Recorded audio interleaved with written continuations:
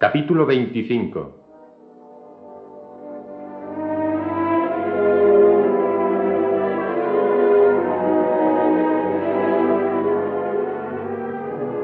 Los hilos que manejaba el conde de Montecristo habían ya hecho perder casi 2 millones de francos al avariento banquero Danglars, y habían conseguido poner nervioso al procurador de justicia del rey, Monsieur de Villefort, que sentía removerse su oscuro pasado sin acertar a comprender quién ni por qué lo estaba removiendo.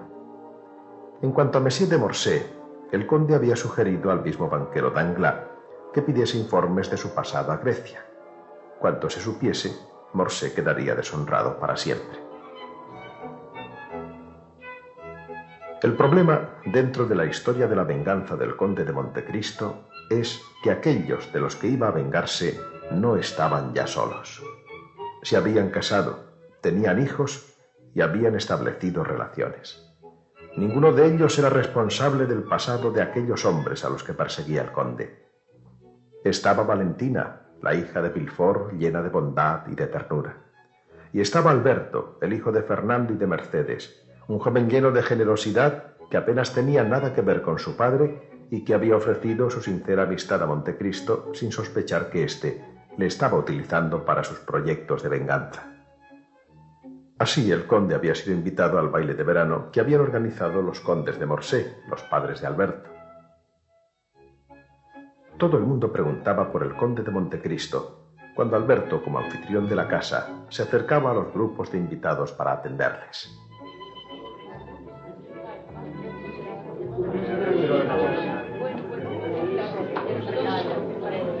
Acababa de haber un encuentro maravilloso. Valentina, la hija de Villefort, estaba prometida a Monsieur Franz de Epinay. Este era un matrimonio inminente preparado por Monsieur de Villefort. Solo se esperaba la llegada a París del novio y de los abuelos maternos de Valentina, los señores de Saint-Méran. Pero Valentina amaba a otro hombre que, aunque de origen más humilde, estaba también profundamente enamorado de ella. Era Maximiliano Morrel, el hijo del armador que tanto ayudó a Edmundo Dantès. Los dos jóvenes se solían ver a escondidas en la reja del rincón más retirado del inmenso jardín de los Villefort.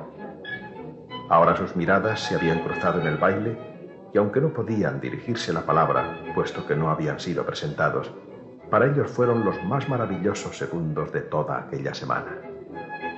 Si Montecristo conociese esta historia de amor, le recordaría la que él tuvo cuando era Edmundo Dantès con la encantadora Mercedes, la muchacha que iba a casarse con él y que ahora era la condesa de Morcerf, la madre de Alberto.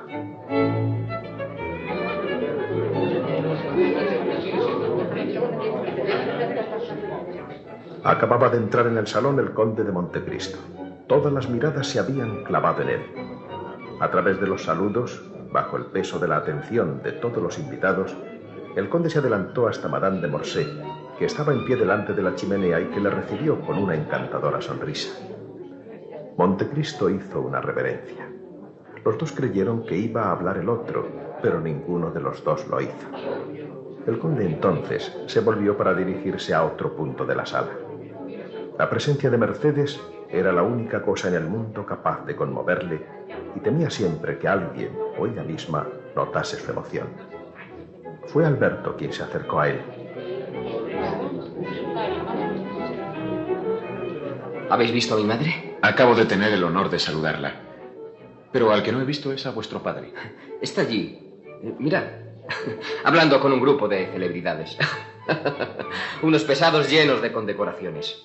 Ninguno ha hecho nada en su vida, pero todos están convencidos de ser lo más importante del mundo y se llenan de títulos de duques, condes y barones y desempeñan, bueno, lo hacen sus secretarios, importantes cargos políticos. Bravo, sois un buen Cicerone, Alberto.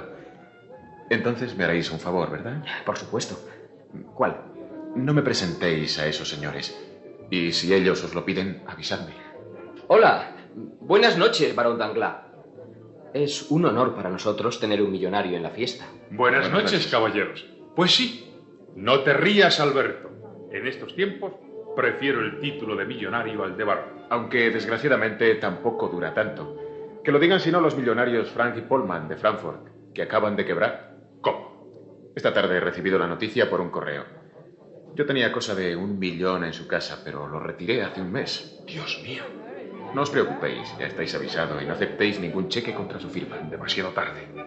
Hoy mismo he aceptado uno por 200.000 francos. ¡Diablos! Lleváis una mala racha. Sumados esos 200.000 francos con el billón de... No habléis de eso aquí. Y menos delante de Cavalcanti, hijo.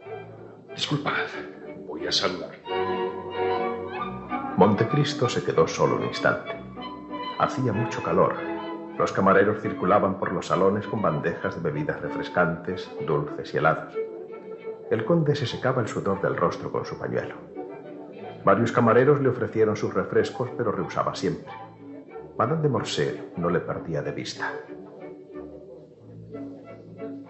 Alberto, ¿os habéis fijado en una cosa? ¿Qué? ¿Os acordáis que el conde no quiso aceptar la invitación que le hicisteis para comer en casa con vos y conmigo? Sí. No quiere comer con nosotros. No es cierto, madre, porque aceptó el almuerzo en mi casa. Precisamente por ese almuerzo hizo su entrada en el mundillo de París. Bien, pero vuestra casa no es la del conde de Morcerf.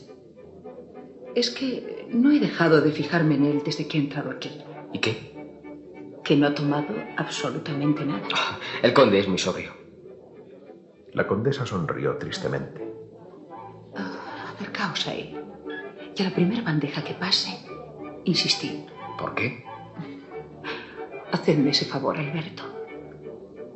Alberto se fue a colocar junto al conde. Tomó un helado de una bandeja y se lo ofreció. Probad esto, conde. Está exquisito. No lo dudo, Alberto, pero no quiero, gracias. Permitidme que insista. Si no, me enfadaré. Sois muy dueño de enfadaros. Pero permitidme que rehúse. Tomé algo a media tarde y mi costumbre es no comer nada más hasta el día siguiente. Como gustéis. Pero un helado os aliviaría el calor. Para el calor sería mejor solución abrir las contraventanas para que entrase aire del jardín. Ya que están abiertas las ventanas, ¿no os parece? Tenéis razón. Voy a decírselo a mi madre.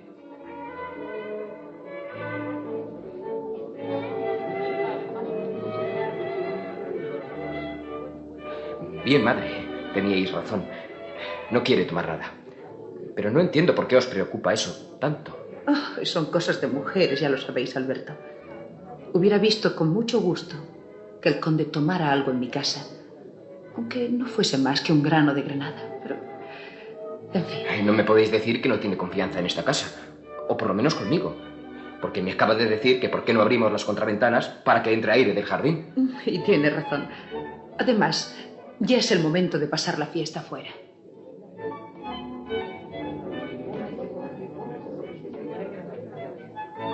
Madame Morcerf salió un momento del salón para dar las órdenes oportunas.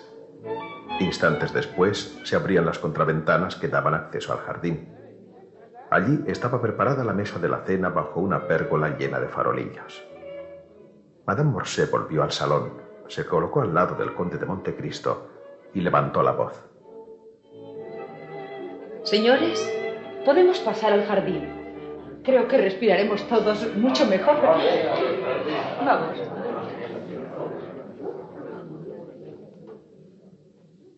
Señor conde, ¿me haréis el honor de ofrecerme vuestro brazo? Montecristo vaciló ante aquella invitación tan sencilla y directa. Hacía tanto tiempo que Mercedes se había cogido a su brazo por última vez. Montecristo miró a la condesa de Morcerf un momento, que fue un breve relámpago. Para Mercedes fue un siglo, porque toda su vida, su tragedia entera y la terrible sospecha de quién era en realidad aquel hombre que estaba ahora a su lado, todo se resumía en aquella mirada del conde de Montecristo. Encantado, señora. Y ofreció su brazo a la condesa. Ella apoyó ligeramente en él su pequeña mano y juntos bajaron al jardín precediendo al resto de los invitados. Todo el mundo se había acercado a la mesa, pero la condesa de Morcerf siguió caminando por el jardín, apartada ya su mano del brazo del conde. ¿Sabéis dónde os llevo? No, pero ya veis que no os hago ninguna resistencia. Al invernadero. Tenemos frutas excelentes. Pasad. Habían llegado a una especie de cobertizo, un lugar protegido en el que la temperatura estaba calculada para producir fruta muy temprana y preciosas flores durante todo el año. La condesa tomó de una parra un racimo de moscatel y lo ofreció al conde con una sonrisa llena de tristeza. Tomad, señor conde. Ya sé que nuestros racimos de Francia no son comparables a los de Sicilia y Chipre. Espero que aceptéis a nuestro pobre sol del norte. No, gracias. ¿Lo despreciáis? Señora, os suplico que me disculpéis, pero no como nunca moscatel. Mercedes dejó caer el racimo al suelo. Apenas se le escapó un suspiro de desilusión. Un estupendo albaricoque colgaba de un árbol a un paso de donde ellos estaban. Tomad entonces este albaricoque. No, tampoco. Realmente tengo una noche desgraciada. Os ruego sinceramente que me disculpéis. Mercedes suplicaba casi con la mirada. Señor conde, hay una tierna costumbre árabe que hace eternamente amigos a los que comparten el pan y la sal juntos, bajo el mismo techo. Ya la conozco, señora. Pero estamos en Francia y no en Arabia. Y en Francia ni se parte el pan ni la sal, ni hay amistades eternas. Pero, de todas maneras, somos amigos, ¿verdad? Toda su sangre se agolpó en el corazón del conde, que se puso pálido como la muerte. Sus ojos se perdieron unos segundos en el espacio, como si hubiera enloquecido. Ciertamente, somos amigos, señora. ¿Por qué no lo habíamos de ser? Gracias. La condesa volvió a tomar el brazo de Montecristo, esta vez con más fuerza que antes, y comenzó a andar.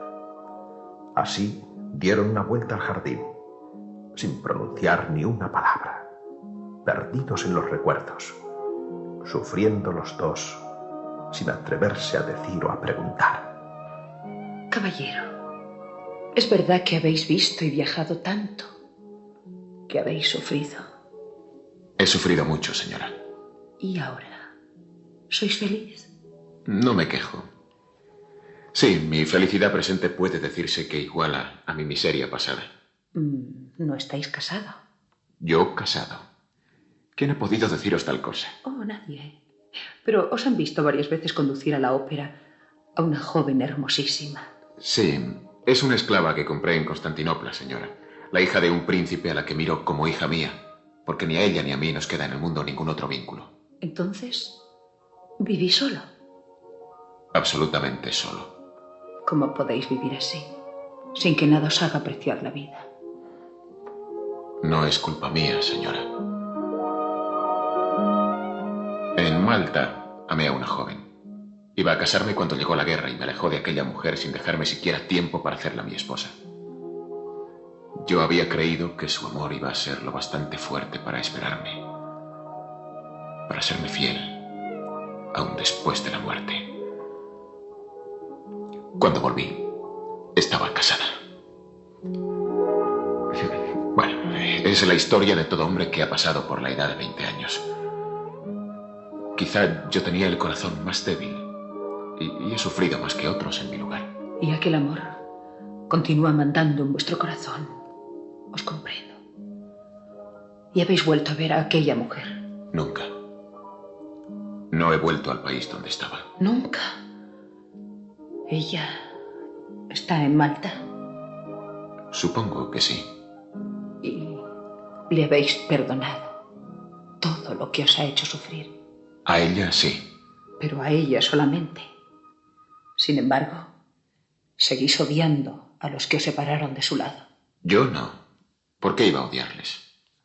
La condesa no contestó, pero en ese momento pasaban otra vez junto a las cepas de moscatel.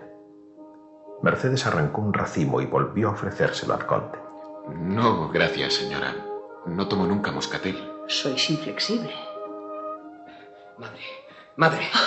¿Qué sucede, Alberto? Una desgracia. Monsieur de Villefort se ha presentado a buscar a su esposa y a su hija. La marquesa de Saint-Méran, su suegra, que venía con su esposo a París para la boda de Valentina, ha llegado. Pero sin su esposo. Murió de un ataque en la primera parada, después de salir de Marsella. Monsieur de Saint-Méran era el abuelo materno de Mademoiselle Valentina Villefort, ¿no es así? Así es. Venían para su boda con Francia. Mirad por dónde resulta que se ha retrasado la boda. Qué lástima que Monsieur de Saint-Méran no sea también abuelo de mi prometida, Mademoiselle Danglars. Alberto, ¿qué decís? Perdonadme. Voy a atender a los invitados. La condesa iba a alejarse, pero vio en el conde una mirada tan afectuosa que, tomándole una mano y mirándole a los ojos: Somos amigos, ¿verdad? Montecristo tuvo que volver a hacer un terrible esfuerzo para que no se notara su emoción. Vuestro amigo. No puedo aspirar a tanto, señora, pero en cualquier caso sabed que soy vuestro más respetuoso servidor. Mercedes se alejó bruscamente de ellos. No podía dominar su emoción. Apenas se había alejado unos pasos cuando Montecristo le vio acercarse el pañuelo a los ojos. ¿Habéis discutido con mi madre? Todo lo contrario. Acaba de decirme delante de vos que éramos amigos. Mientras tanto, la tristeza se había abatido sobre la casa del procurador del rey. La madre de su primera esposa, la abuela de Valentina, había llegado con la noticia de la muerte de su esposo. No estaba muy bien desde hace algunos días, pero se empeñó en venir por cariño a su nieta Valentina. Murió a la salida de Marsella. Llamé a un médico, lo intentamos todo, pero fue inútil. Le hice poner en un ataúd de plomo y le precedo solo algunos días. Pronto llegará a París para ser enterrado, según su voluntad, en el panteón de la familia. Ahora quiero descansar. Mañana a primera hora quiero ver a Valentina. Ella es lo único que me importa. Madame Saint-Méran había pasado la noche presa de una gran agitación. A la mañana siguiente, muy temprano, mandó llamar a su nieta y a su yerno, Monsieur de Villefort, y fue directamente al asunto que le interesaba. Caballero, se trata de casar a mi nieta, y me habéis dicho que el que va a ser vuestro yerno se llama Franz d'Épinay. Sí, señora. Es el hijo del general Épinay, que era de los nuestros y que fue asesinado algunos días antes de que el usurpador Napoleón Bonaparte volviese de la isla de Elba. El mismo. ¿Y no le repugna una alianza con la nieta de un jacobino? Esas diferencias civiles ya han desaparecido entre nosotros. Monsieur d'Épinay era muy niño cuando murió su padre. Apenas conoce a Monsieur Notier, y si no lo ve con placer, todo lo más que puede sentir hacia él es indiferencia. Entonces es un buen partido. Bajo todos los conceptos. Es uno de los hombres más distinguidos y más caballeros que conozco. Bien. Es preciso que os deis prisa. Quiero bendecir esa unión. Y me quedan muy pocos momentos de vida. Ya que esta niña no tiene madre, quiero estar presente en esa boda. ¿Qué decís, abuela? Yo sé lo que digo. Se hará como deseáis, señora, en cuanto llegue Monsieur d'Épinay a París. Pero, abuela, ¿queréis hacer mi boda con esas ideas de muerte? Hija mía, no me des esas razones propias de espíritus débiles. Yo también fui casada en el lecho de muerte de mi madre y no he sido desgraciada por eso. Sé que voy a morir, pero antes quiero haber visto a mi yerno. Quiero mandarle que haga feliz a mi nieta. Quiero ver en sus ojos si piensa obedecerme. En fin, quiero conocerle para venir a buscarle desde el fondo de mi tumba si no ha hecho lo que debe. Señora, tenéis que alejar esas ideas de vos. Los muertos, una vez colocados en sus tumbas, duermen sin despertarse jamás. Solo su alma va al cielo o al infierno. Y yo os digo que no es como vos queréis. Esta noche he visto una cosa terrible. En ese mismo sitio donde vos estáis y viniendo de la puerta que comunica con el tocador de Madame Villefort, he visto entrar aquí una forma blanca, sin hacer ningún ruido. Era la fiebre que os producía alucinaciones. No, yo estoy muy segura de lo que he visto. Y como si Dios hubiese temido que no fuese a darme cuenta, he oído también el ruido que ha hecho al rozar con ese vaso de naranjada que está ahí en la mesilla, junto a la jarra. Abuela, era un sueño. No, no era ningún sueño, porque cuando extendí la mano para llamar con la campanilla, desapareció por donde había venido. O sea que nadie más pudo ver esa sombra. Los muertos caballeros solamente se dejan ver de los que ellos quieren. Era el alma de mi marido que venía a llamarme con él. Yo me voy gustosa, pero de la misma manera puedo volver para defender a mi nieta si es preciso. No digáis esas cosas, abuela. Viviréis mucho tiempo con nosotros. Todavía estáis sana y fuerte. No, no. ¿Cuándo viene Monsieur de Epinay? Le esperamos de un momento a otro. Avisadme en cuanto llegue. Mientras tanto, quiero que llaméis al notario para asegurarme de que todos nuestros bienes irán a parar a Valentina. Valentina apoyó su mano sobre la abrasada frente de la anciana. Estáis ardiendo. No necesitáis un notario, abuela, sino un médico. ¿Un médico? No. No sufro. Únicamente tengo sed. Dadme mi vaso de naranjada. Está ahí, sobre la mesilla. El que rozó la sombra de mi marido. Madame de Saint-Méran bebió del vaso que le ofrecía su nieta, e inmediatamente pareció ponerse peor aún. Un notario, por favor. Un notario. Villefort envió a buscar el notario, mientras Valentina corrió personalmente a buscar al doctor Avrigny, que vivía casi enfrente y era el médico de la familia. Era un hombre ya mayor, de mirada inteligente, y que profesaba un especial cariño a Valentina, a la que había visto nacer, y a su abuelo el paralítico Monsieur Noirtier. Al saber que la joven le estaba esperando, bajó inmediatamente. Mientras cruzaban la calle y llegaban al salón de la casa, Valentina le fue contando. Ya sabréis la desgracia que ha sucedido. La muerte de mi abuelo. ¿Monsieur Noirtier? No, Monsieur de Saint-Méran. ¿De repente? Sí, estaba de viaje hacia París. Fue una apoplejía fulminante. ¿De una apoplejía? Sí. Y mi abuela está tan afectada que solo piensa en ir a reunirse con él. Ahora está hablando con el notario. ¿Y Monsieur Noirtier? Siempre el mismo. Una claridad de espíritu perfecta. Pero la misma inmovilidad y el mismo silencio. Y el mismo cariño hacia vos. ¿No es verdad, hija mía? Sí, me quiere mucho. Y yo a él. ¿Y qué tiene vuestra abuela? Una extraña excitación nerviosa. Esta mañana decía que había visto entrar por la noche a un fantasma en su cuarto y tocar su vaso de naranjada. Decía que era el alma de su marido. Es curioso. No me imagino a la equilibrada Madame de Saint-Méran sujeta a esas alucinaciones. Yo también es la primera vez que la he visto así. Creí que se estaba volviendo loca. Mi padre también estaba nervioso. Me parece muy extraño todo esto que me estás contando, Valentina. En ese momento, bajaba el notario de la habitación de Madame de Saint-Méran. Podéis subir, Monsieur Avrigny. ¿Y vos? Oh, yo no me atrevo. Ella no quería que lo llamase. Además, estoy un poco nerviosa. Voy a dar un paseo por el jardín. Es una buena idea. Si queréis, os lo ordeno, por prescripción facultativa. Adiós. Valentina dio una vuelta por el jardín.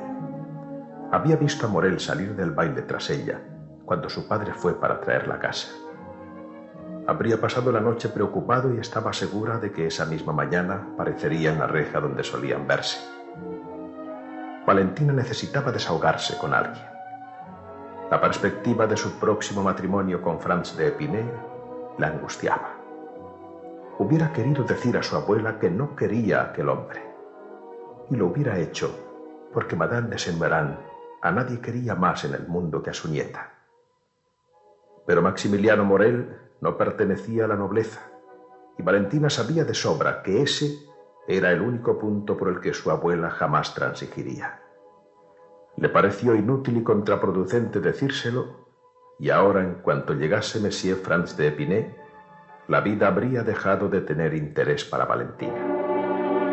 Se sepultaría en un hogar que no había deseado, a esperar los hijos, la vejez y la muerte. ¡Maximiliano!